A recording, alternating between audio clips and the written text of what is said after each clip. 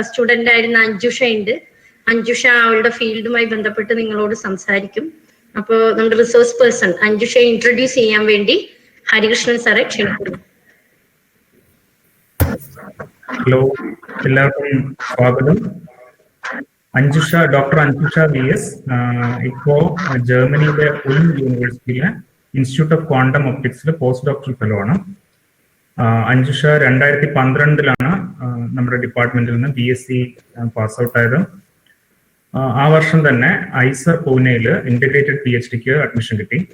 ആ സമയത്ത് ഐസറിലൊക്കെ separate test interview ഒക്കെയാണ് PhD ഇന്റഗ്രേറ്റഡ് PhD കോഴ്സിലേക്ക് സെലക്ഷൻ. എനിക്ക് തോന്നുന്നു ഇപ്പോ അവര് ജസ്റ്റിന്റെ അന്നും പാരലായിട്ട് ജസ്റ്റ് വഴിയുള്ള അഡ്മിഷൻ ഉണ്ടായിരുന്നു, കൂടെ സെപ്പറേറ്റ് എൻട്രൻസും ഉണ്ടായിരുന്നു. ഇപ്പൊ ജസ്റ്റ് വഴിയും ജാം വഴിയുള്ള ടോപ്പ് റാങ്കേഴ്സ് വെച്ചിട്ടാണെന്ന് തോന്നുന്നു ഇന്റർവ്യൂ നടത്തുന്നത്.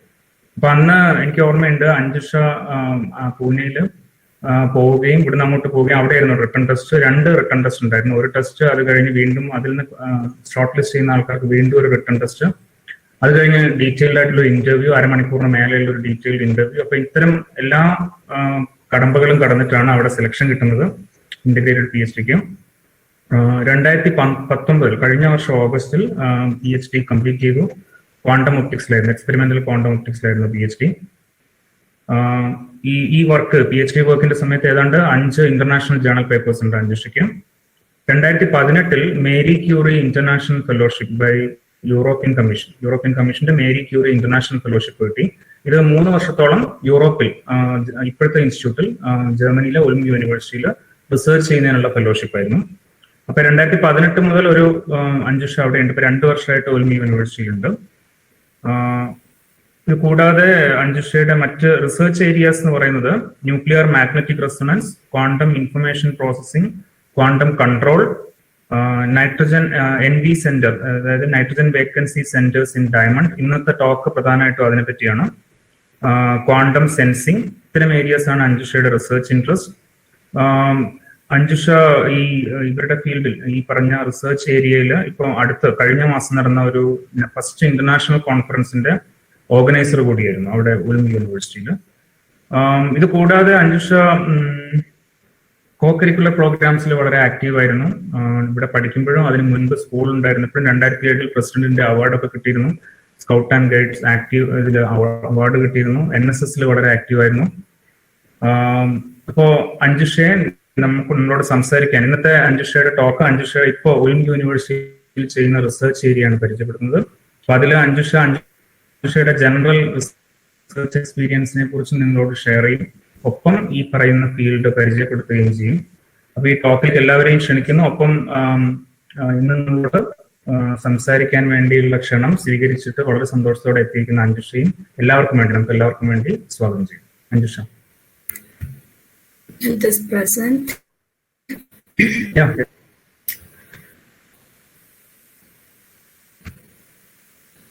Can you see the slide? ഇല്ല, ഒന്നുകൂടി ഇപ്പൊ കാണാം. Okay. ഞാൻ ഇന്ന് ഇംഗ്ലീഷിലായിരിക്കും സംസാരിക്കുന്നത്. അതൊരു ജാടയാണെന്ന് വിചാരിക്കരുത്. എനിക്ക് വളരെ കുറച്ച് സമയം പ്രിപ്പയർ ചെയ്യാൻ കിട്ടിയുള്ളൂ. കുറച്ചു കാലമായിട്ട് ഞാനിപ്പോ അടുത്ത് കൊടുത്തൊരു ടോക്ക് ഇംഗ്ലീഷിലായിരുന്നു. അപ്പൊ ഞാൻ വിചാരിച്ചു ഓക്കെ അതേപോലെ അന്ന് ഇംഗ്ലീഷിൽ അങ്ങ് പ്രസന്റ് ചെയ്യാന്ന്. So first of all, thank you Hari sir for your kind introduction and for having me here. And I would like to thank all the organizers, Sundara ma'am, Hari sir, Nitija miss and the consultants for organizing this webinar series, because this is a great opportunity for us to come back to our alma mater. So for me personally, it's always a delight to come back to Madapalli College department. Although this is a virtual coming back, I still feel the same, that I'm back to the department after a long time and feeling extremely happy to see my former teachers like Sunira ma'am and Hari sir. I also thought maybe I would be able to meet Ramakrishnan sir and Suresh sir. They were there in the last meeting. But hopefully in coming days I'll be meeting them again. So today I'm going to talk about my research, which I'm carrying out here in OL, quantum sensing and NMR at nanoscale. So before going into the science part, I would like to talk a little bit about my career journey at this. So as Hari sir introduced well, I did my bachelor's at Mathuli College. So as I still do, they also encourage us to appear to various national level tests so that we can pursue our further studies in one of the premier institutes in India. So I managed to get into IISER Pune to pursue an integrated PhD course in physics in the year 2012. And I was there at Pune from 2012 to 2018, September beginning also. And after my master's, I joined Professor T.S. Mahesh to do my PhD in experimental quantum information processing. And in my opinion, he is leading one of the best labs where people can do experimental quantum information research. And this was obviously one of the best times in my life. And Professor Mahesh has been a great mentor and a great friend to me since then. And he actually molded me as a great researcher. I mean, not a great researcher. He actually molded me into a researcher. So when I was in the last year, when I finished all the thesis work, I got an opportunity to go to OL. So before that, let me tell a little bit about my PhD work, because today I'll be mainly talking about my postdoctoral research at OL University, and I won't be talking much about my PhD work because after my PhD, I changed my field a little bit. So in my PhD, during my PhD, I worked on three main topics. The first is called quantum simulations, and another is quantum control and quantum correlations. So quantum simulation means to mimic or to simulate a quantum system which is not very accessible and controllable using another quantum system. In our case, it was the nuclear magnetic resonance system. And we know how to control it well, how to initialize it, how to manipulate it. So the problem goes like this. I have a quantum system, which is initially in a state psi of 0. And it also evolved under a certain Hamiltonian and becomes psi of t. But this quantum system is not so accessible and controllable. For example, it's some kind of a phenomena happening in the superconductivity or something. So, but I can sort of mimic this quantum system using another quantum system simulator, which is more accessible. So all I have to do is to find a mapping between psi of 0 to another psi bar of 0. Then I initialize the system quantum simulator in a psi bar of 0 and let it evolve under certain Hamiltonian, or it's kind of I apply certain logical operation, take it to a final state called psi bar of t. Then I will be finding a mapping back to psi of t. In this way, I can sort of study the quantum system, not directly, but indirectly. And since I mentioned, as I mentioned, I worked on quantum simulation, it's called quantum information processing. So the ultimate goal of a quantum information processing is to build a quantum computer. So in our case, we wanted to build a quantum computer using nuclear magnetic resonance. So like in classical computer, in order to perform computation, one should be able to realize operators and the logics and circuits.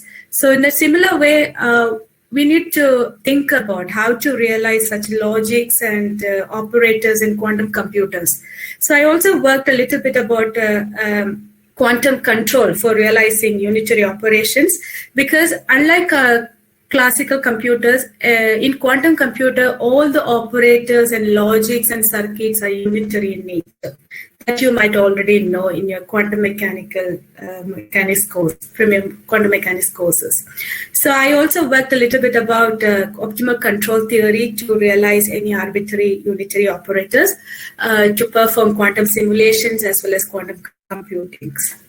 And also I ventured a little bit into quantum correlations also. You might have already heard about the Schrödinger's cat and entanglement, which is a big sci-fi thing. So because unlike, so there are various other quantum correlations. quantum entanglement is just one type of quantum correlation. So we also have something called quantum discord or EPR inequalities and many other forms of quantum correlation.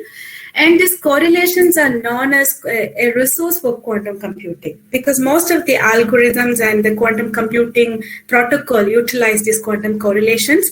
And it was important for us to study how these correlations depend or evolve during an algorithm. How important resources are these during each algorithm and the computation. So I also worked a little bit about it. So then in 2018, I almost finished all my thesis work and I was about to write my thesis. I happened to know about a European Union Marie Curie action-funded consortium project called Zero and Ultra Low Field NMR. So this is kind of a funding acquired by 9 professors across Europe from various universities. The main motivation of this consortium was to build a nuclear magnetic resonance at the low and ultra low field magnetic field, ultra low field. So then I just wrote to Professor Fedor Jeloskov because I found the project which he proposed is rather intriguing. So, and he just invited me to come over to Ulm to continue sort of an early stage postdoc. So he was very kind enough to host me here, and I was writing my thesis, as well as he trained me in the basics of NV centers and the experiments. Then after I defended, he offered me a postdoctoral fellowship, postdoctoral position funded under Marie Curie. And our lab here is called Institute for Quantum Optics, and these are our current, let me just open the laser point. So these are our current institute members. So since I live in the city called Ulm, I cannot not to mention about the city because this is a lovely city in the southern part of Germany. I absolutely loving it here. So this is a city situated at the river Danube. As you know, River Danube is the second largest river in Europe, which is also passing through Hungary, Serbia, and Croatia and all. And this place is known for 2 things. The first thing is the Ulm Münster, which has got the world's highest church tower, is about 161.5 meters high. And also this is the birthplace of Albert Einstein. But shortly after he was born, his family moved to Berlin. And unfortunately, his home has been destroyed in World War II. So we don't have any traces of him in Ulm. But people are still very fond of him. You can still see a lot of streets and buildings and shops are named after Einstein. So, and I will also talk a little bit about my scholarship because I know most of the participants are the bachelor's and master's students. They really want to continue research, or they want to come to Europe probably, or to do their research or summer internship or winter internship or a PhD.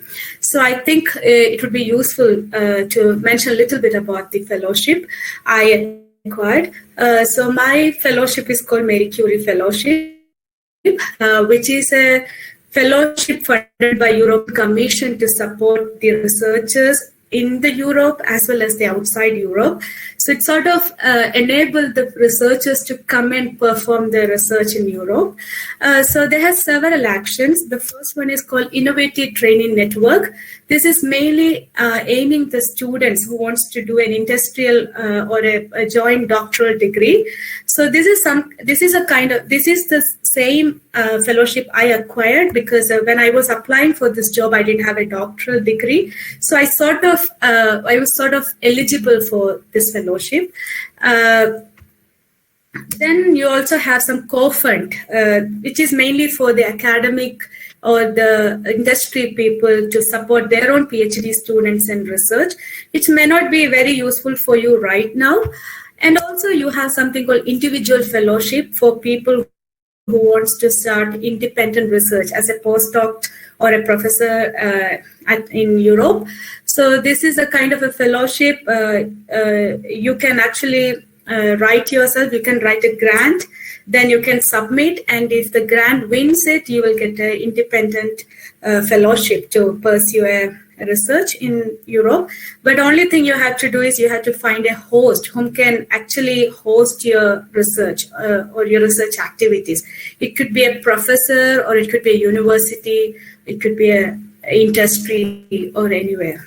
And also you have something called Staff Exchange Scheme. So this is a scholarship or a fellowship for the staffs to get the skills exchange. So usually, to people in the industry or in academia can apply for this, and they get some mobility grants, so they can go to different places and gain some skills in certain areas and come back. So for more details, you can actually go to their website and see in details. And also, if you're looking for some positions under Innovative Training Network or some other kind of Marie Curie funded project, you can also have a look in Euraxis, where usually these positions are advertised. So yeah, so if you're planning to come to Germany to pursue a PhD or a internship or a postdoctoral fellowship, there are various other fundings also, like a German Academy Exchange Service, DAD, Alexander von Humboldt Foundation. They are also offering a lot of fellowship, and German Research Foundation, German Federation or Industrial Research Association.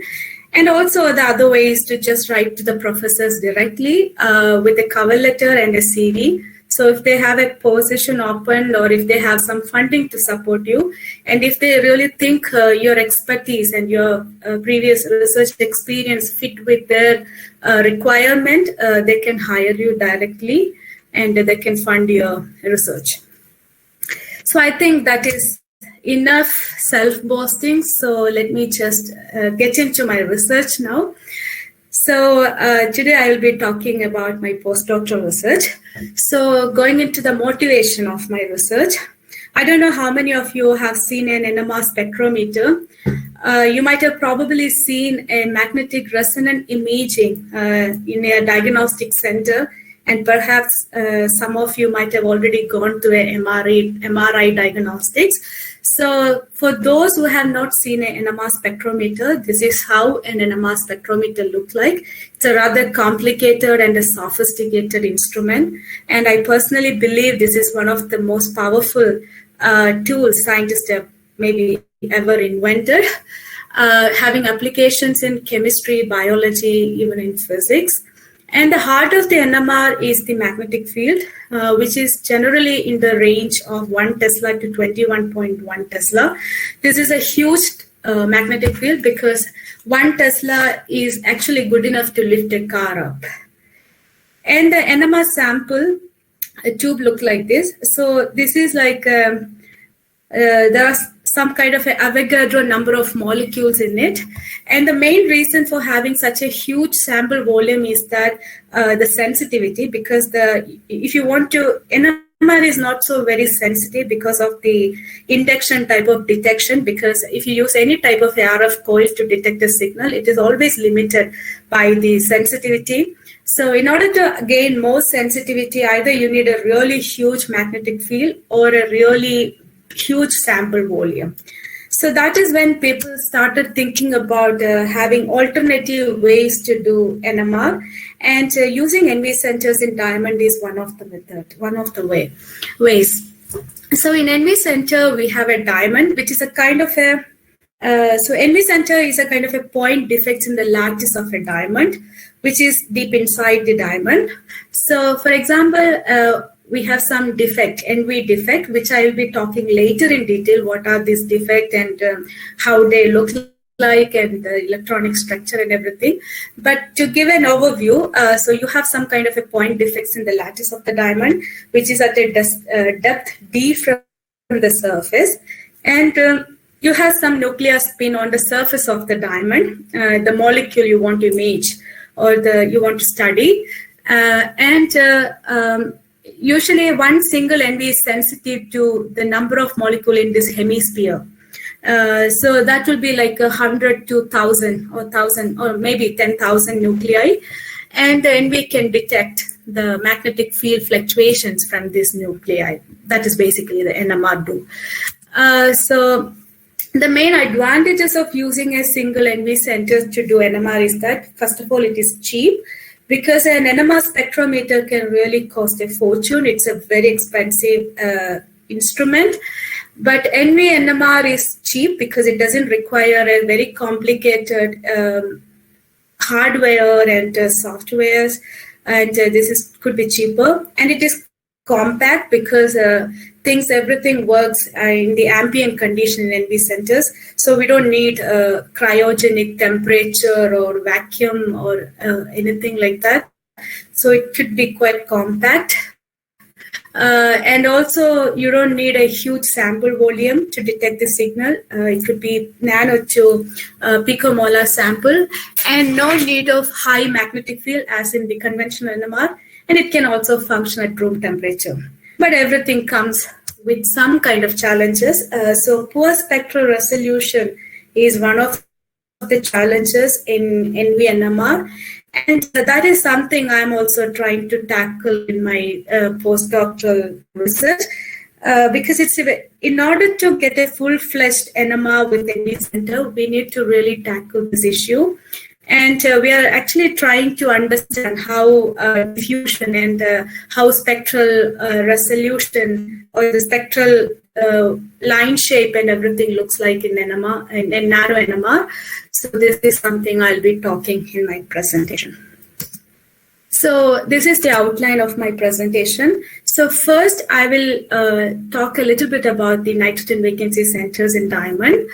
And I'm using nitrogen vacancy centers to perform quantum sensing, in particularly sensing magnetic field. So I will define what are quantum sensors and how to realize the quantum sensing and etc. Then I will talk about magnetic field sensing with NV centers. And finally, understanding the spectral line shape in liquid nano NMR. As I mentioned, this is to understand and push the limit of spectral resolution in nano NMR. And DIAMOND, probably everybody likes DIAMOND. It's a very beautiful gemstone, very expensive.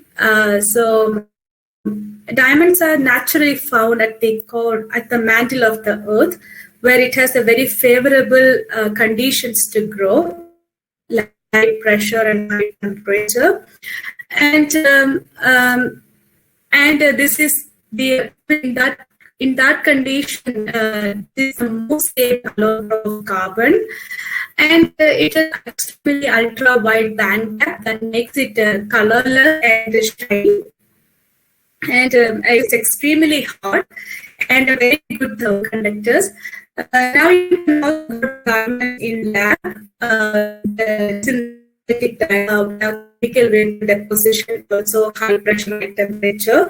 So high pressure, high temperature, you are sort of creating conditions at the mantle of the earth.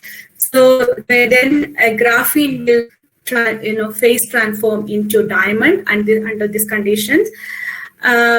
Then that is a way. And also there is something called plasma assisted way of growing diamond called chemical vapor deposition, where you have kind of a seed crystal and you put it in a plasma containing hydrogen and a methane, and the seed will start, then the diamond will start growing on the seed crystal when the plasma conditions are optimum and well matched. And you might have heard this song called Diamonds Are a Girl's Best Friend by Marilyn Monroe. So my talk is not to prove this, but to prove that also a best friend of a quantum physicist. So nitrogen, so you might have also seen colorful diamonds, comes in various color, beautiful diamonds like I shown in the figure. So what makes diamond colorful are the defects. So defect makes them beautiful. And I am particularly interested in this pink diamond, which is mainly due to some point defect called nitrogen vacancy minus center. So nitrogen vacancy centers are some kind of a point effect where two adjacent carbon atoms are missing. So this is the lattice structure of a diamond where the greens are the carbon atoms, and you can see two adjacent carbon atoms were missing, and one vacancy was substituted by a nitrogen atom, and the other one remained as vacant.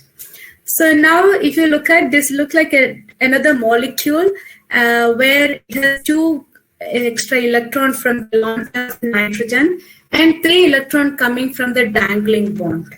Because now the 3 adjacent carbon atom has nothing to bond with, so they're just dangling. So they also contribute 3 electrons to this system. So that is called a neutral NB0 with the total number of electrons 5, where it has a spin number equivalent to 1/2. But often this also accumulate one more electron from the lattice from somewhere, and it has a total 6 electrons, and that is equivalent to 2 electron system because only the 2 electrons are unpaired, everything else is paired in the system. So that becomes S equal to 1, and this is what we are interested in because of its special electronic and optical properties. And you can also find the positively charge NV center with the spin number 0, which is not of our interest. And what makes the NV centers interesting to us is that it is photostable at low temperature. It also fluoresces in the range of red range, and it can also optically polarized up to 90%. I will actually talk shortly what does it mean to optically spin polarize. So this is how the electronic levels of NV center look like. NV center has triplet ground state and triplet excited state. It also has some intermediate state. When there is no field applied, there is like MS equal to 0 and MS equal to plus or minus 1 state. So plus or minus 1 is degenerate. And you can actually excite these NV centers to the excited state from the ground state just via illuminating a green laser of wavelength 532. Then there will be obviously, it will decay back. Either there could be decaying via spin preserving fluorescence, which happened from MS equal to 0 excited state to MS equal to ground state, or it can also decay via fluorescence by MS equal to plus or minus 1 to plus or minus 1 ground state. But often it happens that MS equal to plus or minus 1 state doesn't decay directly, but it goes to an intermediate state and then come back to MS equal to 0 state. So this is non-decay transition, but ultimately just by illuminating the green laser, you can completely initialize the NV center into MS equal to 0 state. So this is what I meant, optical polarization of NV centers. So, and you can actually distinguish the state of the NV just by observing the fluorescence, because when the NVs are in MS equal to 0, you observe the maximum fluorescence. When MS equal to plus or minus 1, the NVs are in the plus or minus 1 state, you observe lesser fluorescence. So we say MS equal to 0 is a bright state and MS equal to plus or minus 1 is a dark state. So this is how you distinguish the states, or this is how you measure the state of the NV centers in the experiment. And this degeneracy of MS equal to plus or minus 1 can be lifted up further just by applying a magnetic field, external magnetic field. This will split under Zeeman interaction. So now I'll talk about quantum sensing, because my interest is in using nitrogen vacancy centers for quantum sensing applications. So let me just define what is quantum sensing. So quantum sensing means, the general definition means using a quantum system or a quantum phenomena to measure a physical quantity. If a quantum system or a quantum sensing protocol follows one of the definitions, okay, it has 3 definitions. So one of these definitions, then I can say my quantum system is a quantum sensor or my protocol is a quantum sensing protocol. The definition one is using a quantum system to measure physical quantity. More general definition. And the definition two is that using quantum coherence to measure physical quantity or quantum superposition. So this is like the most generic quantum property of a two system. And the definition is that bit more advanced, that means using quantum entanglement or a bigger Hilbert system to measure physical quantity. So this is called quantum metrology or second generation quantum sense. It requires more resources and more advanced quantum systems. So in our case, NV centers follow both definition 1 and 2. So this is a quantum sensor. So, but any quantum sensor to become, or any quantum systems to become a quantum sensor, it has to satisfy certain criteria, which is similar to the dimensions of criteria people talk about in quantum computers. So the first criteria is that quantum systems should have discrete resolvable energy levels. You already saw the energy levels of the quantum NV sensors. So of course, it has in the ground state has 3 levels, but if I apply a magnetic field, ms equal to plus or minus 1 is lifted up, and this transition frequency from 0 to plus 1 and 0 to minus 1 are different, so it gives me a selectivity. That means just by applying the correct microwave frequency and amplitude, I can selectively use two levels among these 3, and I can manipulate them using microwave. So in quantum sensing, either we use the changes in the transition frequency or transition rate when the quantum sensor is interacting with the signal. So then you can sort of understand what is the nature and the frequency of the signal you are measuring. And the second most important criteria is that ability to initialize the quantum system into a well-known state. In NV Center, I have already shown you how you can initialize the NV centers into ms equal to 0 state just by illuminating a green laser of 532 nanometer wavelength. And the next one is the coherent manipulation of the system. In order to do certain sensing, you need to sort of manipulate the positions in the system. In our case, you can actually use the microwave of the right frequency. You can sort of manipulate these levels of the emitters. And finally, one should be able to read the state of the system. As I shown, you can actually do it just by measuring the fluorescence, which reveals which is the state where NV centers are currently in. So the general protocol for quantum sensing can be divided into 3 stages. First is initialization, and the second one is interacting with the signal, and third one is readout. In the initialization, we often initialize the quantum sensor into a particular state, or it is the ground state of the quantum sensor, or the eigenstates. Then you have to manipulate the quantum sensor so that you are sort of making the quantum sensor to interact with the signal you want to measure. It could be by a clever manipulation of the populations or interaction with the signal. And finally, you need to measure the state of the quantum sensor, which has really contained the information about the signal.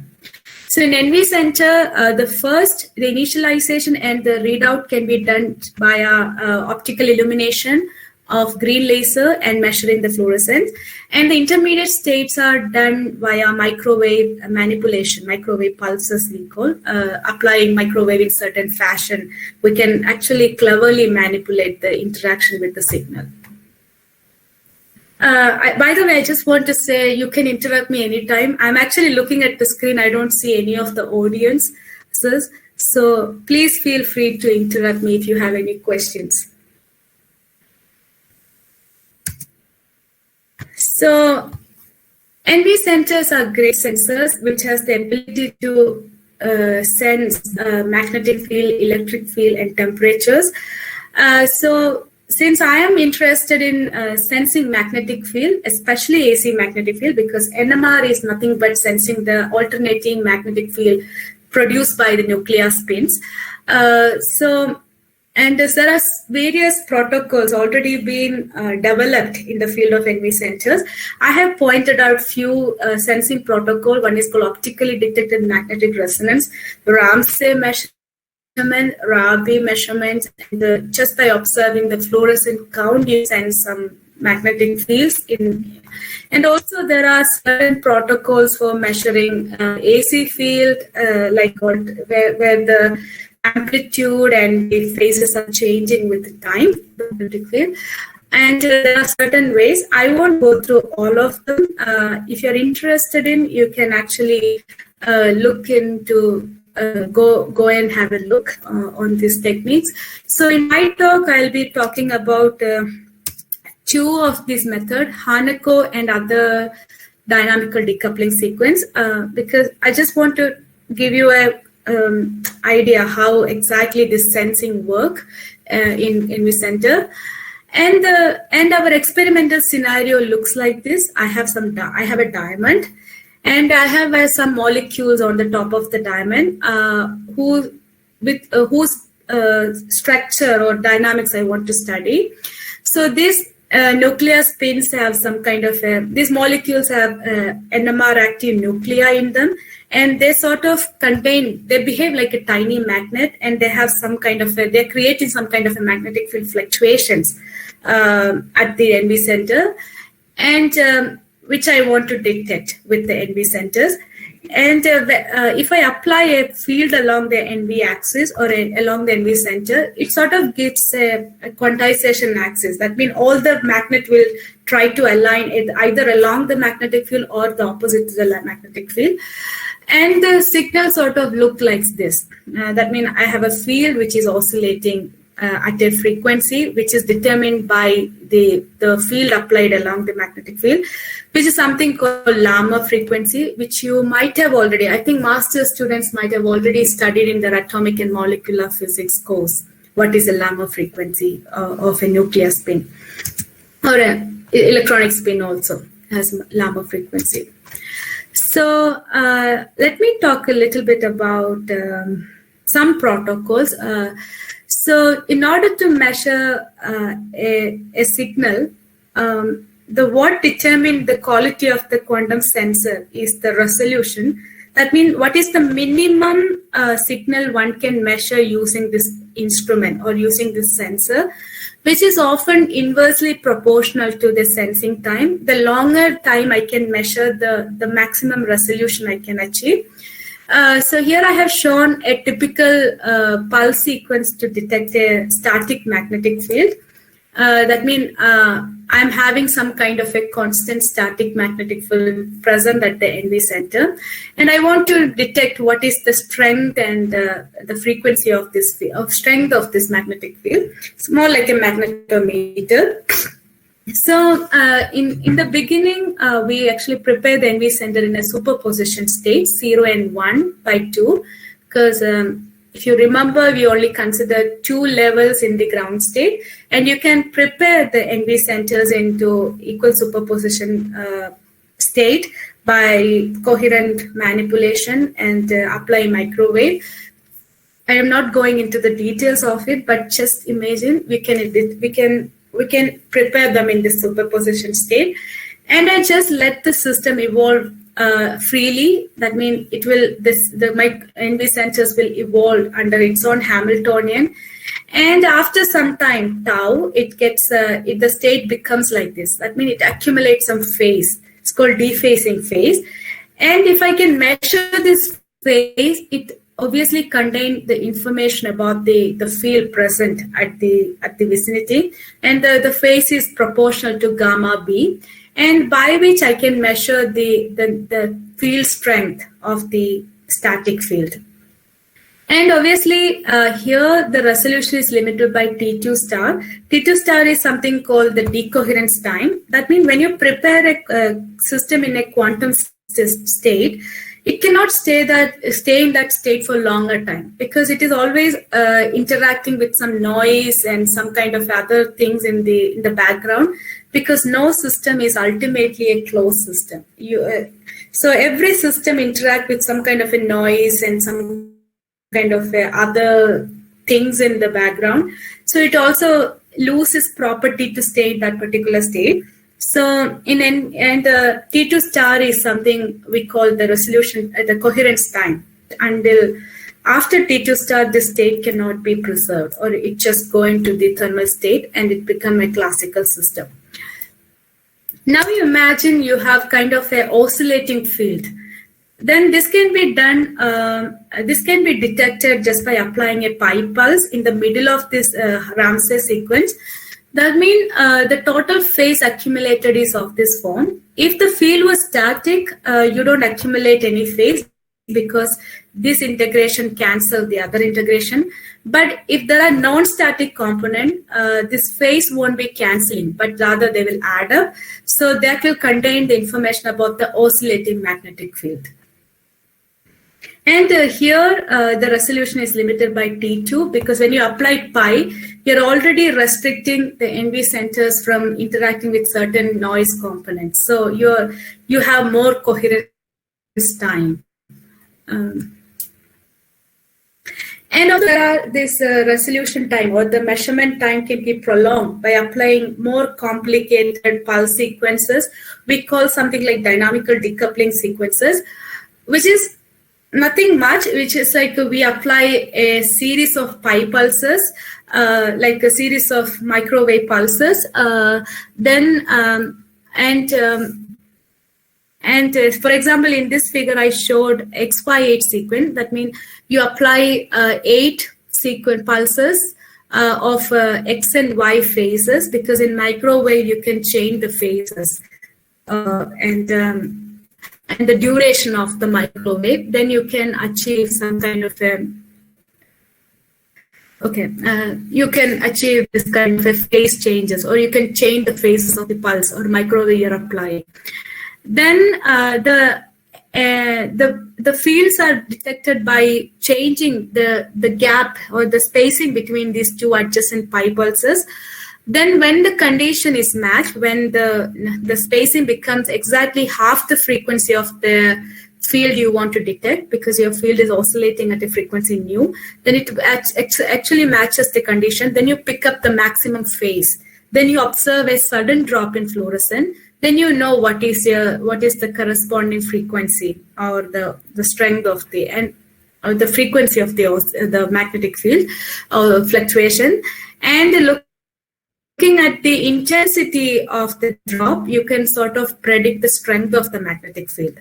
So then here the amount of phase accumulated during this entire sequence is proportional to something like this, where nu of nu comma T2 is something called a filter function, which is a characteristic of this pulse sequence I'm applying. So in a plain word, this will act like some kind of a filter. So that means depending upon the number of pulses, pi pulses, and the spacing between the pulses, this is affecting different frequency components. Sometimes you have so many frequencies, for example, you will have some kind of a white noise with all frequencies, and your signal will be oscillating at some particular frequency nu. You don't want to pick up any noise. You only want to pick up the signal you want to measure. So this kind of a filter function is the hold on it. I mean, by tuning this filter function properly, you can tell, okay, my NV will only interact with the signal, not the noise. So in that way, you will pick up the signal, not the noise. So this is one of the protocols we routinely follow to detect AC magnetic field in our laboratory. And we also have a very advanced other way of detecting signal, like correlation spectroscopy and QRAM. I'm not really going into. because people who don't work in technologies could be again. Also, to make my talk less technical, there is a minimum technical term. There is always limitation when you do talk science. You can completely avoid the technicalities. So now my interest is to do. So let's tell you the protocol again. I have already mentioned the protocol in my other slides. So this is more detailed protocol. So I have some molecules with nucleus on the surface of diamond, and my NV center is at it.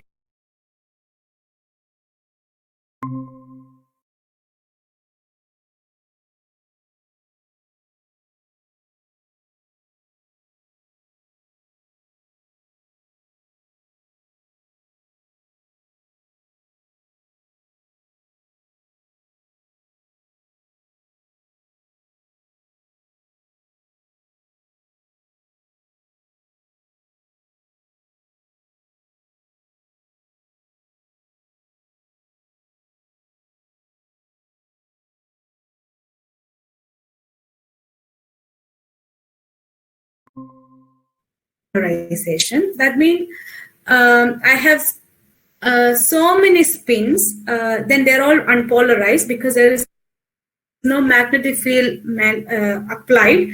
Like magnets, everything will be aligned at a different orientation. But when you apply a magnetic field, all magnets will start to align along or opposite to the field. Then it will process an average bulk magnetization. So which is something called a magnetic field. This is called thermal polarization.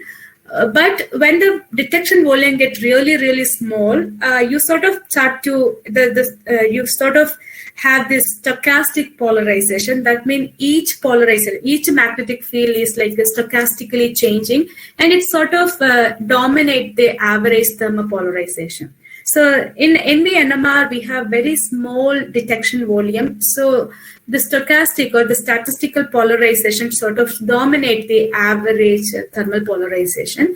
So in NV-NMR, what we detect is the stochastic polarization rather than the thermal polarization, which is the case in the normal NMR. That is why you need a huge sample volume. And what I'm currently interested in is measuring or the studying what kind of a diffusion or what kind of a noise or what restrict the spectral resolution in nano NMR. Because in nano NMR, I have few nuclei and my single NV center is interacting with each nuclei in a different each nuclei sitting at different position via dipolar interaction. And the position of the nuclei is very crucial because the changes in the position actually changes the field, the dipolar interaction. So during the detection time, these nuclei are also like moving because that also will be like moving outside and coming back again because of diffusion. So that sort of restrict the resolution. That causes a spectral broadening in my spectrometer, in the spectroscopy. So I wanted to study how the diffusion behaves in the nanoscale, because diffusion is well studied in the macroscopic level, but nobody knows how it behaves in the microscopic or at the nano level. So, and this diffusion noise is one of the major resource, or the source of spectral broadening that restrict our spectrum to be unresolvable. So the resolution problem in spectroscopy is like ability to dissolve two nearby frequencies. So for example, if you have two frequencies, they are very close by. And if you don't have a really good spectral resolution, they appear as one single peak. But in order to perform NMR, often this resolving two nearby frequencies are important because the difference often contain information about the interaction strength and their orientation. So getting single line is not often useful. So we need to resolve all the frequencies buried inside this single huge peak we often observe. So this is my work here mainly concerned about. And I'm actually trying to learn how diffusion works in nanoscale NMR and what exactly the spectral width, the spectral shape you observe or you expect at nanoscale, because we often assume this is again like a Lorentzian shape, like in the conventional spectroscopy. But a recent paper by Alas Reska, he's my collaborator from Hebrew University, Israel. So he was actually modeling this problem, and he told me you should observe kind of a non-Lorentzian, more of a very sharp peak rather than a Lorentzian shape. And I have been looking for it. I have been trying to observe some kind of a non-Lorentzian spectral width. And so if we have some kind of a sharp peak, it means your nano NMR has super resolution compared to conventional NMR, because more sharper is the peak, the ability to distinguish two nearby frequencies are higher, because sharp peak, I don't have a figure, but you can imagine two sharp peaks are easy to understand that two broad peaks, or two more like a Gaussian or a Lorentzian peak. So this is what I am currently working on. And yeah, I observed I have some result, but since the noise level is too high in my data, I'm still trying to dig up some useful information and try to see if the new theory really support my experimental data. And that's it. So this is the summary, and I briefly explained what are NV centers in Diamond. And I also showed the special electronic and how NV centers can be a good candidate for quantum sensing due to its special electronic and optical properties. And I also showed how to use NV centers for performing NMR at nanoscale. And I introduced my problem, although I didn't go into the details, how to use NVs, how this diffusion noise can help in improving spectral resolution, how the diffusion noise can influence the line shape of the spectrum, and etc. And thank you all for your attention. Okay. Hello. Thank you, Anju. ഞാൻ ഇനി സ്റ്റുഡൻസിനെ invite ചെയ്യുന്നു. എല്ലാവരും audience students ആവാം, teachers ആവാം. അഞ്ജുവിന്റെ പ്രസന്റേഷനെ base ചെയ്തിട്ടുള്ള എന്തെങ്കിലും ഒരു ക്വസ്റ്റ്യൻസോ ഡിസ്കഷനോ, സ്റ്റുഡൻസിന് എല്ലാ കാര്യങ്ങളും ഫോളോ ചെയ്യാൻ പറ്റണം എന്നില്ല. നമ്മളിപ്പോ ഇത്തരം ഈ ഒരു സീരീസിൽ നമ്മൾ ഉദ്ദേശിക്കുന്നത് കറന്റ് റിസർച്ച് ഏരിയാസ് നിങ്ങൾക്ക് പരിചയപ്പെടുത്തുക എന്നുള്ളതാണ്. അപ്പോൾ അതിനകത്ത് നമുക്ക് ജനറൽ ആയിട്ടുള്ള ഡൗട്ട്സ് ഉണ്ടാവാം, ഈ ടോപ്പിക്കുമായിട്ട് ബന്ധപ്പെട്ടതുണ്ടാവാം, അല്ലെങ്കിൽ അഞ്ച് നമ്മുടെ അലുമിനസ് കൂടിയാണെന്നുള്ള അറിയാമല്ലോ. അപ്പോൾ നിങ്ങൾക്ക് അതിനകത്ത് ജനറൽ ആയിട്ട് റിസർച്ചിനെ കുറിച്ചോ ഫിസിക്സിലെ റിസർച്ച് കരിയറിനെ കുറിച്ചോ ചില കാര്യങ്ങൾ അഞ്ചു പറഞ്ഞു. അപ്പൊ അത്തരം ജനറൽ ക്വസ്റ്റ്യൻസും ചോദിക്കാവുന്നതാണ് ഈ പർട്ടിക്കുലർ ഏരിയ. ആക്ച്വലി ഇതൊരു കുറച്ചും കൂടെ ഒരു അഡ്വാൻസ്ഡ് റിസർച്ച് ടോപ്പിക് ആണ്. പിന്നെ എനിക്ക് അറിയാം ഇപ്പൊ ഉള്ള ഓഡിയൻസ് മെയിൻലി ബാച്ചിലേഴ്സും മാസ്റ്റേഴ്സ് സ്റ്റുഡൻസ് ആണ്. So I actually try to make it simple, പക്ഷെ എനിക്ക് കുറച്ച് സമയം കിട്ടിയുള്ളൂ, എനിക്ക് പ്രിപ്പയർ ചെയ്യാൻ പറ്റിയില്ല കുറച്ച്. അപ്പൊ അതുകൊണ്ടായിരിക്കും കുറേം കൂടെ ടെക്നിക്കാലിറ്റീസ് വന്നു. So please pardon me for that. But definitely ഇനി എന്തെങ്കിലും ഈ ഒരു ഫീൽഡിനെ പറ്റി അറിയണമെങ്കിലും you can ask me questions. പിന്നെ എൻ്റെ ഒരു മെയിൻ മോട്ടിവേഷൻ എന്ന് വെച്ചാൽ ഇങ്ങനെ ഒരു ഫീൽഡ് നിങ്ങൾ introduce ചെയ്യാന്നുള്ളതാണ്. rather making you understand the deep questions and the research going on in this area.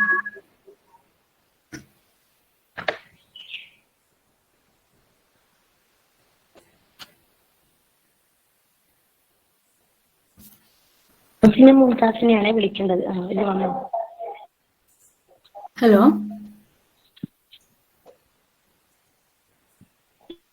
Anju, ഒരു question. Hello Anjusha. Yes. Anjusha, ഒരു ക്വസ്റ്റ്യൻ. ഈ NMR ബേസ്ഡ് നാനോ സെൻസേഴ്സ് വേറെ ടൈപ്പ് ഉണ്ടോ? അതായത് ഈ NV ഡയമണ്ട് അല്ലാതെ NMR ബേസ്ഡ് നാനോ സെൻസേഴ്സ് വേറെ ഉണ്ടോ? NMR എന്ന് വെച്ച് കഴിഞ്ഞാൽ ഒരു തരത്തിലുള്ള ഇതൊരു നാനോ സെൻസർ അല്ലേ. NMR ഒരു തരത്തിലുള്ള സെൻസർ ആണ്. കാരണം NMR എന്ന് വെച്ച് കഴിഞ്ഞാൽ തന്നെ നമ്മള് ഈ ഒരു ന്യൂക്ലിയർ സ്പിൻസ് നിന്നുണ്ടാകുന്ന മാഗ്നറ്റിക് ഫ്ലക്ച്വേഷൻസ് ഡിറ്റക്ട് ചെയ്യുന്ന ഒരു ഡിവൈസ് ആണ്. അത് അങ്ങനെ ന്യൂക്ലിയർ ഈ ഒരു മോളിക്യൂൾസ് എന്ന് വരുന്ന ഈ ഒരു മാഗ്നറ്റിക് ഫ്ലക്ച്വേഷൻസ് വെച്ചിട്ട് നമുക്ക് മോളിക്യൂൾസിന്റെ സ്ട്രക്ചറും ഡൈനാമിക്സ് ഒക്കെ പഠിക്കാൻ പറ്റും. അതിനുള്ളൊരു ടൂളായിരുന്നു ടിപ്പിക്കൽ NMR. പക്ഷെ NMRന്റെ ഒരു ഞാൻ എന്റെ മോട്ടിവേഷൻ സ്ലൈഡിൽ പറഞ്ഞ പോലെ ഒരു വലിയൊരു ലിമിറ്റേഷൻ ആയിരുന്നു. അതിന് ഒരുപാട് ഒരു മാക്രോസ്കോപ്പിക് ഒരു സാമ്പിൾ വോളിയം വേണം. ഏകദേശം ഒരു എന്താ പറയുക NMR സാമ്പിൾ ടു എന്ന് വെച്ചാൽ ഒരു 5 സെന്റിമീറ്റർ ലോങ് ആണ്. അതിൽ അത്രയും സാമ്പിൾ സൈസ് എന്ന് വെച്ച് കഴിഞ്ഞാൽ ഒരു അവഗാഡ്രോ നമ്പർ 10⁻23 ന്യൂക്ലിയ ഉണ്ട്. അതിൽ തന്നെ സിഗ്നൽ കോൺട്രിബ്യൂട്ട് ചെയ്യുന്ന ചിലപ്പോൾ 1/10,000 ന്യൂക്ലിയർ സ്പിൻ ആയിരിക്കും ചിലപ്പോൾ സിഗ്നൽ കോൺട്രിബ്യൂട്ട് ചെയ്യുന്നത്. അപ്പൊ ആ ഒരു ലിമിറ്റേഷൻ ഉള്ളത് കൊണ്ടാണ് NMRന്റെ സെൻസിറ്റിവിറ്റി ഈസ് വെരി ബാഡ്. കാരണം അതിനൊരിക്കലും ഒരു സിംഗിൾ മോളിക്കുലർ ലെവലിലുള്ള ഒരു സെൻസിറ്റിവിറ്റി ഇല്ല. പക്ഷെ nano scale sensing, nano scale itself mean you have a very small sample volume and it is also even single molecular level sensitivity is achievable. അപ്പം ഈ NV based diamond അല്ലാതെ ഈ nano scale NMR principle apply ചെയ്യുന്ന മറ്റ് sensors ഉണ്ടോ എന്നാണ് ചോദിച്ചത്. ഉണ്ട്. ഇപ്പം ചില ആൾക്കാർ ഈ അറ്റോമിക് വേപ്പർ ബേസ്ഡ് ഡിറ്റക്ടേഴ്സ് ഉണ്ട്. ഇപ്പൊ ബെർക്ലിയിലൊക്കെ ആൾക്കാർ ട്രൈ ചെയ്യുന്നത് എന്ന് വെച്ചാൽ റുബീഡിയം ആറ്റം ഒക്കെ വെച്ചിട്ട് അവർക്ക് മാഗ്നറ്റോമീറ്റേഴ്സ് ഉണ്ടാക്കാൻ പറ്റും. കുറെ പ്ലാറ്റ്ഫോംസ് ഉണ്ട്. NV ഒരു one of the quantum sensors എന്നേ പറയാൻ പറ്റുള്ളൂ. അല്ലാണ്ട് ഇത് മാത്രമല്ല. ഒരു എക്സാമ്പിൾ ആണ് atomic vapours cells detection based rubidium ആറ്റംസിന്റെ ഒക്കെ വെച്ചിട്ട്. അതിൽ NMR തന്നെയാണോ ഉപയോഗിക്കുന്നത്? NMR പ്രിൻസിപ്പിൾ തന്നെയാണോ ഉപയോഗിക്കുന്നത്? അതില് പ്രിൻസിപ്പിൾ വ്യത്യാസമായിരിക്കും. പക്ഷെ നമ്മൾ NMR പ്രിൻസിപ്പിൾ അല്ല ഇവിടെ യൂസ് ചെയ്യുന്നത്. നമ്മൾ ഈ ഒരു NV സെന്റർ വെച്ചിട്ട് NMR ഡിറ്റക്ട് ചെയ്യാനാണ് നോക്കുന്നത്. NMR spectroscopy. അപ്പം ഇത് വെക്കുന്ന ഈ സാമ്പിൾ വെക്കുന്നത് ഓക്കെ. NMR എന്ന് വെച്ചാൽ ന്യൂക്ലിയർ മാഗ്നറ്റിക് റെസൊണൻസ്. അതൊരു തരത്തിലുള്ള എന്താ പറയാ ഒരു തരം മാഗ്നറ്റിക് ഫീൽഡ് നോയ്സ് ആണ്. അപ്പം ഈ ഒരു ഡയമണ്ടിന്റെ മുകളിലാണ് അതിന്റെ മോളിക്യൂൾസ് ഉള്ളത്. ആ മോളിക്യൂൾസ് ഒരു തരത്തിലുള്ള നോയ്സ്, മാഗ്നറ്റിക് നോയ്സ് ഇൻഡ്യൂസ് ചെയ്യും അതിന്റെ ഈ ഒരു ഡയമണ്ടിന്റെ ഉള്ളിലിരിക്കുന്ന NV സെന്റർ. അതൊരു തരം ഇലക്ട്രോണിക് സ്പിൻ ആണ് ശരിക്കും പറയുകയാണെങ്കിൽ S=1. അപ്പം ഈ ഒരു മാഗ്നറ്റിക് ഫീൽഡ്സ് അല്ലെങ്കിൽ NMR magnetic field coming from the molecule can be detected by the NV centre. അപ്പൊ NV ഒരു തരത്തില് പറയുകയാണെങ്കിൽ NMR സ്പെക്ട്രോമീറ്റർ ആണ് അല്ലെങ്കിൽ NMR സെൻസർ ആണ്. പക്ഷെ NMR വരുന്നത് ഈ മോളിക്യൂളിനാണ്. മോളിക്യൂൾ ഡയമണ്ട് മുകളിൽ അറേഞ്ച് ചെയ്യാൻ എന്തെങ്കിലും എക്സ്ട്രാ ടെക്നിക്കുകൾ ഉപയോഗിക്കണോ? എക്സ്ട്രാ ടെക്നിക്ക് ഒന്നുമില്ല. ഞാനിപ്പോ യൂസ് ചെയ്തെന്ന് വെച്ച് കഴിഞ്ഞാൽ എന്തെങ്കിലും ഒരു ഓയിലൊക്കെ ഡ്രോപ്പ് ചെയ്യാം ജസ്റ്റ് ഡയമണ്ടിന്റെ സർഫേസിൽ. എന്റെ ഡയമണ്ട് വെച്ച് കഴിഞ്ഞാൽ ഒരു 3 മില്ലിമീറ്റർ ഒരു ക്യൂബിൽ ഷേപ്പ് ആയിരിക്കും. അപ്പൊ എനിക്ക് എന്തെങ്കിലും എക്സ്പെരിമെന്റ് ചെയ്യേണ്ട എന്തെങ്കിലും മോളിക്യൂള് ഞാൻ ഡിറ്റക്ട് ചെയ്യേണ്ടത് ഞാൻ ജസ്റ്റ് അതിന്റെ സർഫേസിൽ ഡ്രോപ്പ് ചെയ്യും just using A pipette or something. ഒരു ലെയർ ഉണ്ടാക്കും. ചിലപ്പോൾ ഞങ്ങൾ സ്പിൻ കോട്ട് ചെയ്യും. കുറെ ഡിപ്പെൻഡിങ് അപ്പോൺ ഏത് തരത്തിലുള്ള സ്റ്റഡീസ് ആ നടത്തേണ്ടതെന്ന് വെച്ച് കഴിഞ്ഞാൽ അതുപോലെ ഇറ്റ്സ് വെരി ഈസി. അങ്ങനെ ഒരു പെർട്ടിക്കുലർ ഒരു സാമ്പിൾ പ്രിപ്പറേഷൻ ഒന്നും അധികം ഒരു സമയമൊന്നും എടുക്കൂല. ഇത് വളരെ ക്ലീൻ എൻവയോൺമെന്റ് ആയിരിക്കണോ ചെയ്യുമ്പോൾ? നോ, അതാണ് ഇതിന്റെ ഒരു വലിയൊരു അഡ്വാൻറ്റേജ്. കാരണം ഇത് റൂം ടെമ്പറേച്ചറിൽ വർക്ക് ചെയ്യും. നമുക്ക് ആകെ വേണ്ടത് ഒരു കൺഫോക്കൽ സെറ്റപ്പ് വേണം. കാരണം ഈ കൺഫോക്കൽ സെറ്റപ്പ് കാരണം ഫ്ലൂറസെൻസ് നമുക്ക് ഡിറ്റക്ട് ചെയ്യുന്നുണ്ട്. നമുക്ക് ശരിക്കും ഈ ഒരു NV സെന്റേഴ്സ് ഈ ഒരു ഡയമണ്ടിന്റെ ഒരു കൺഫോക്കൽ സ്കാനിങ്ങിലൂടെ നമുക്ക് മനസ്സിലാവും എവിടെയൊക്കെയാ ഈ ഡിഫക്ട്സ് ഉള്ളതെന്ന് ഈ ഒരു ഡയമണ്ടിന്റെ ഉള്ളില്. So you don't need a very clean environment. Since we use optics, definitely we try to make the room clean. കാരണം കുറെ പൊടിയൊക്കെ ഉണ്ടെങ്കിൽ ഒപ്റ്റിക്സിന്റെ മുകളിലൊക്കെ പൊടി പിടിക്കും.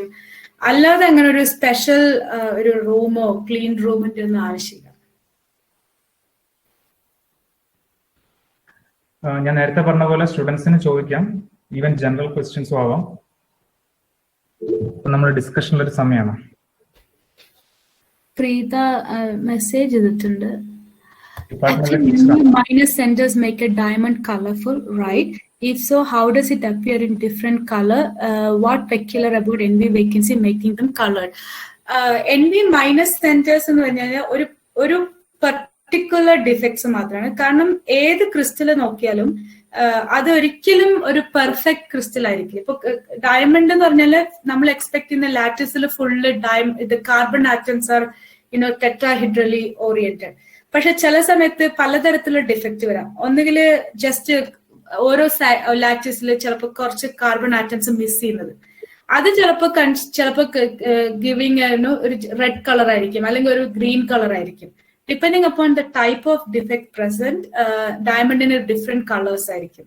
ഈ NV മൈനസ് ടൈപ്പ് ഡിഫക്ട്സ് ആണ് നമ്മളുടെ ഡയമണ്ടിന്റെ ഉള്ളിൽ ഉണ്ടെങ്കിൽ അതൊരു പിങ്ക് ടൈപ്പ് ആയിട്ടായിരിക്കും ഡയമണ്ട് അപ്പിയർ ചെയ്യുന്നത്. പക്ഷെ ഈ യെല്ലോ കളർ എന്ന് വെച്ച് കഴിഞ്ഞാല് ജസ്റ്റ് നൈട്രജൻ ആറ്റം ഉണ്ട്, പക്ഷെ വേക്കൻസി അതിന്റെ തൊട്ടപ്പുറത്തില്ല. അങ്ങനത്തെ കേസ് ആണെങ്കിൽ ഡയമണ്ടിന് ഒരുതരം യെല്ലോ കളർ ആയിരിക്കും. പക്ഷെ ഇപ്പൊ ഓൾറെഡി തന്നെ ഡയമണ്ട് എന്ന് വെച്ച് കഴിഞ്ഞാൽ വളരെ വെൽ സ്റ്റഡീഡ് ഒരു ഫീൽഡാണ്. കാരണം ഈ ജെമോളജിസ്റ്റ് ഒക്കെ ഒരുപാട് സ്റ്റഡി ചെയ്തിട്ടുണ്ട്. അപ്പം ഈ ഡയമണ്ടിൽ തന്നെ ഏകദേശം 300 to 500 കളർ സെന്റേഴ്സ് ഉണ്ടെന്നാണ് അവർ പറയുന്നത്. എന്ന് വെച്ചാൽ ചിലപ്പോൾ ബോറോൺ ആറ്റംസ് വന്നിട്ട് ഡോപ്പ് ചെയ്യും, ഒരു കാർബൺ മിസ് ചെയ്യുന്നുണ്ടാവും, അതിന് പകരം ഒരു ബോറോൺ ആറ്റം ആയിരിക്കും. ചിലപ്പോൾ ഒരു നൈട്രജൻ ആറ്റം മാത്രമായിരിക്കും. ചിലപ്പോൾ നൈട്രജൻ ഒരു വേക്കൻസി അടുത്ത് വരുന്ന ഒരു കോമ്പോസിഷൻ, ഒരു പെർട്ടിക്കുലർ ഡിഫക്ട്സ് ആണ് നമ്മൾ ഇൻട്രസ്റ്റഡ് ആയിട്ടുള്ളത്. ഇപ്പം ഈ ഒരു ഫീൽഡ് വളരെ അഡ്വാൻസ് ആയതുകൊണ്ട് നമുക്ക് ശരിക്കും അതിനുള്ള ഒരു പ്രോട്ടോകോൾസ് ഉണ്ട്, എങ്ങനെ ഇത്തരം ഡിഫക്ട്സുകൾ നമുക്ക് ഡയമണ്ടിൽ ഇൻട്രൊഡ്യൂസ് ചെയ്യാന്നുള്ളത്. സോ ഞങ്ങളുടെ ലാബിൽ തന്നെ ഡയമണ്ട് ഗ്രോ ചെയ്യുന്നുണ്ട് ആൾക്കാർ, ഇത്തരം ഡിഫക്ട്സുകൾ ഇംപ്ലാന്റ് ചെയ്യുന്നുണ്ട് ആൾക്കാർ. സോ നമുക്ക് അതിനൊക്കെ പെർട്ടിക്കുലർ ടീംസ് ഉണ്ട്. ഇതൊക്കെ വളരെ ഒരു I would say it's a very established field. ഇപ്പം ഈ ജ്വല്ലറി ഇൻഡസ്ട്രിയിൽ തന്നെ ഇപ്പൊ ഡയമണ്ട്സിലെ പലതരത്തിലുള്ള ഡിഫക്ട് ഇൻട്രൊഡ്യൂസ് ചെയ്തിട്ടാണ് അവർ പല കളേഴ്സ് ഉണ്ടാക്കുന്നത്. So people know how which defect center cause what color and how to introduce them into the diamond lattice and how to get them. And also ipo doping inde okke ipo nitrogen de okke amount anusarichittu colors change cheyam, light pink to dark red adokke pattu. I hope that answers the question. Okay. What peculiar about NV vacancy in making them colored? ഇപ്പൊ NV ഇപ്പൊ ഒരു diamond നോക്കുകയാണെങ്കിൽ അതിൽ balance ബാൻഡും contents ബാൻഡും ഉണ്ട്. ഞാൻ band cap എന്ന് പറഞ്ഞത് ഇതിന്റെ വ്യത്യാസമാണ്. അതൊരു വലിയൊരു ഹ്യൂജ് ഡിഫറൻസ് ആണ്. അപ്പൊ ഒരു ലൈറ്റ് വന്നു കഴിഞ്ഞാല് അതൊരിക്കലും റിഫ്ലക്ട് ചെയ്യുന്നത് ഒരു വിസിബിൾ റേഞ്ചിലായിരിക്കില്ല. പക്ഷെ ഇത്തരം ഡിഫക്ട്സുകൾ വരുമ്പോൾ അത് എക്സ്ട്രാ എനർജി ലെവൽസ് ക്രിയേറ്റ് ചെയ്യും ഇതിന്റെ ബാലൻസ് ബാൻഡിന്റെ കണ്ടൻസ് ബാൻഡിന്റെ ഇടക്ക്. അത് പലപ്പോഴും ഫോൾ ചെയ്യുന്നത് ഒരു വിസിബിൾ റേഞ്ചിലായിരിക്കും. അപ്പൊ ആ ഒരു ഗ്യാപ്പ് ഏത് ഫ്രീക്വൻസി മാച്ച് ചെയ്യുന്നു എന്നുള്ള അനുസരിച്ചിട്ട് കളേഴ്സ് മാറും. NV മൈനസ് സെന്റേഴ്സ് ആകുമ്പോൾ ഏകദേശം അത് റെഡ് റേഞ്ചിൽ ഫോൾ ചെയ്യുന്നതുകൊണ്ടാണ് നമുക്ക് റെഡ് കളറായിട്ട് ഡയമണ്ട് കാണാൻ പറ്റുന്നത്.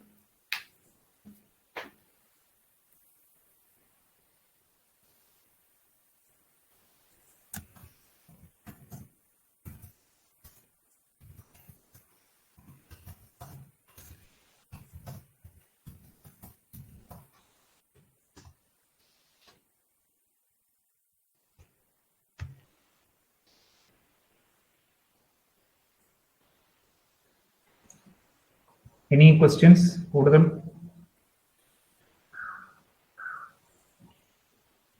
നമ്മൾ ഈ അലൂമിനെ നമ്മൾ ഇൻവൈറ്റ് ചെയ്യുമ്പോൾ ഉള്ള ഒരു പ്രധാനപ്പെട്ട ലക്ഷ്യം സ്റ്റുഡൻസിന് വളരെ ഫ്രീ ആയിട്ട് എന്താണ് ജനറൽ ആയിട്ടുള്ള ക്വസ്റ്റ്യൻസും ചോദിക്കാന്ന് വെച്ചാൽ ഫിസിക്സിലെ അവരുടെ റിസർച്ച് അത്തരം കാര്യങ്ങൾ കൂടുതൽ ജനറൽ ആയിട്ടുള്ള ക്വസ്റ്റ്യൻസും വേണമെങ്കിലാവാം.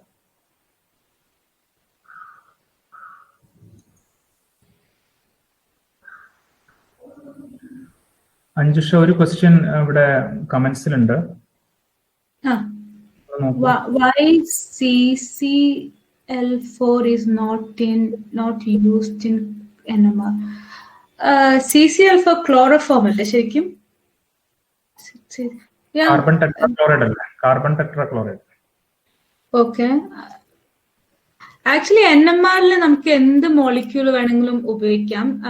CCl4ഉം ഉപയോഗിക്കാം. കാരണം ഇപ്പൊ ഏത് കാർബൺ നാച്ചുറൽ അബണ്ടൻസ് എടുത്താലും C12 ഒരിക്കലും ന്യൂക്ലിയർ ആക്റ്റീവ് അല്ല. കാരണം അതിൽ even number of electrons, even number of neutron ഉള്ളതുകൊണ്ട് അതിന് ഒരു എഫക്റ്റീവ് സ്പിൻ നമ്പർ എപ്പോഴും 0 ആയിരിക്കും. പക്ഷെ എപ്പോഴും കാർബൺ എടുക്കുകയാണെങ്കിൽ ഇപ്പൊ അറ്റ്മോസ്ഫിയറിൽ 1% is C13. C13 is NMR active. So if you have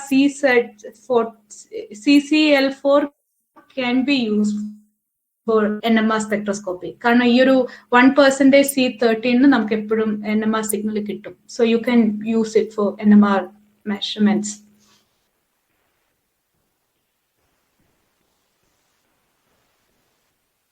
Does it answer your question? പക്ഷെ ഒബ്വിയസ്ലി C13ന്റെ എമൗണ്ട് ഒരു 1% ഉണ്ടാവുള്ളൂ. So you get very small signal. കാരണം പക്ഷെ നമുക്ക് ലേബലിംഗ് ചെയ്യാം. ഇപ്പൊ പല കമ്പനീസ് ഇപ്പൊ ലേബിൾ ചെയ്യും. എന്ന് വെച്ചാൽ നമുക്ക് മോളിക്യൂൾസ് മേടിക്കാൻ പറ്റും, അതിൽ ഫുൾ കാർബണും C13 ലേബിൾഡ് ആയിട്ടുള്ളത്. In that case you get very strong signal. Hello Anjusha, ഈ ഫ്ലൂറസെന്റ് ഡിറ്റക്ഷൻ മെക്കാനിസം ഏതാണ്? ഫ്ലൂറസെന്റ് ഡിറ്റക്ഷൻ മൈക്രോസ്കോപ്പി ആണോ യൂസ് ചെയ്യുന്നത്? ഞാൻ ഉപയോഗിക്കുന്നത് ഒരു കൺഫോക്കൽ മൈക്രോസ്കോപ്പിയാണ്. അതിന് 2 പാർട്ട് ഉണ്ടാവും. കാരണം എന്റെ സെന്ററിനെ എക്സൈറ്റ് ചെയ്യാൻ വേണ്ടിയിട്ട് എനിക്കൊരു ഗ്രീൻ ലേസറും വേണം. ആൻഡ് ഫ്ലൂറസെൻസ് എക്സൈറ്റ് ചെയ്ത് കഴിഞ്ഞാൽ വരുന്നത് റെഡ് റീജിയനിലായിരിക്കും. അപ്പൊ ഒരു എക്സൈറ്റേഷൻ പാത്തും ഉണ്ടാവും, ഒരു ഡിറ്റക്ഷൻ പാത്തും ഉണ്ടാവും. അപ്പം എനിക്ക് excitation, so I need a confocal microscope basically. എന്നിട്ട് ഗ്രീൻ ലേസർ വെച്ചിട്ട് എക്സൈറ്റ് ചെയ്തിട്ട് എനിക്ക് ഫ്ലൂറസെൻസ് ഒരു ഫോട്ടോ ഡിറ്റക്ടർ വെച്ചിട്ട് കളക്ട് ചെയ്യാൻ പറ്റും. അങ്ങനെ എനിക്ക് ഫ്ലൂറസെൻസ് എത്ര ഉണ്ട് എന്ന് മനസ്സിലാക്കാൻ പറ്റും. അല്ലെങ്കിൽ സ്പേഷ്യൽ ഒരു ഇമേജിങ് ചെയ്യാൻ പറ്റും, എവിടെ നിന്നൊക്കെയാണ് ഈ ഫ്ലൂറസെൻസ് വരുന്നത്. അപ്പൊ എക്സൈറ്റ് ചെയ്യുന്നത് അപ്പോ സിംഗിൾ വേവ് ലെങ്ത് ആണോ? സിംഗിൾ വേവ് ലെങ്ത് 532 ഉപയോഗിച്ചിട്ട്. പിന്നെ ഡിറ്റക്ടറിന് ഒരു 630 to 680 വരെ റേഞ്ച് ഉള്ളത് ഡിറ്റക്ട് ചെയ്യാൻ പറ്റും. പിന്നെ നമ്മള് ഡിറ്റക്ഷൻ പാത്തിൽ ഒരു ഫിൽറ്റർ വെക്കും. അങ്ങനെ വെച്ചാൽ ഗ്രീൻ ലേസർ ഡിറ്റക്ടർ പോവില്ല, only red will only go to the detector. That mean basically you measure the fluorescence, not the excitation wave length. Okay, thank you. No protons.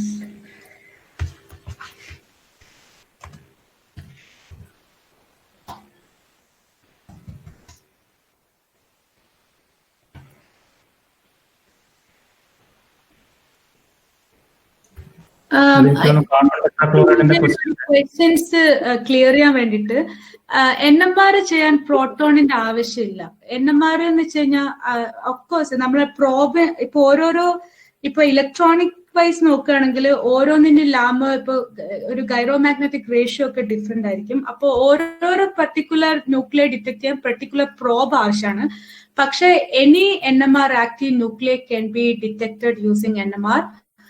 അതിപ്പം നൈട്രജൻ ആവാം, N14 is NMR active, C13 detect ചെയ്യാം, fluorine detect ചെയ്യാൻ പറ്റും. അപ്പം it's not necessary to have protons in NMR. പിന്നെ NMR സ്പെക്ട്രോമീറ്ററിൽ okay you use some kind of a deuterium, അതൊരു കാലിബ്രേഷനും ഈ ഒരു സ്പെക്ട്രോമീറ്ററിന് കാലിബ്രേറ്റ് ഒക്കെ ചെയ്യാം. But even if you don't have proton you can still get NMR. So carbon tetrachloride NMR spectrum കിട്ടും.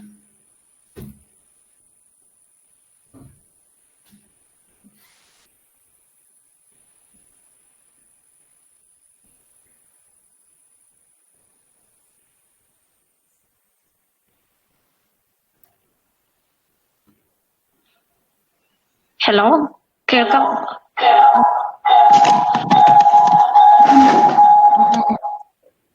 ഇനി ആരെങ്കിലും ക്വസ്റ്റ്യൻസ് ഡൗട്ട് ഉണ്ടോ ആർക്കെങ്കിലും? ഇല്ലെങ്കിൽ നമുക്ക് ഈ സെഷൻ വൈൻഡപ്പ് ചെയ്യാൻ തോന്നുന്നു. Muhsina Mumtaz vote of thanks പറയാൻ വേണ്ടി മുഹ്സിന മുംതാസിനെ ക്ഷണിക്കുന്നു.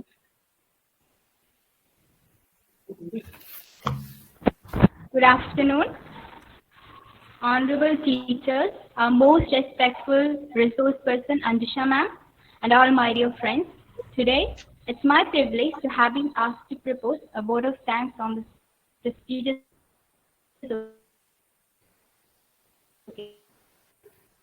occasion.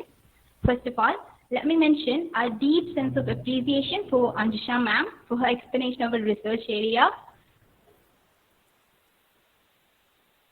From this talk, we go to know more about the NV centers and diamond, quantum sensors, etc.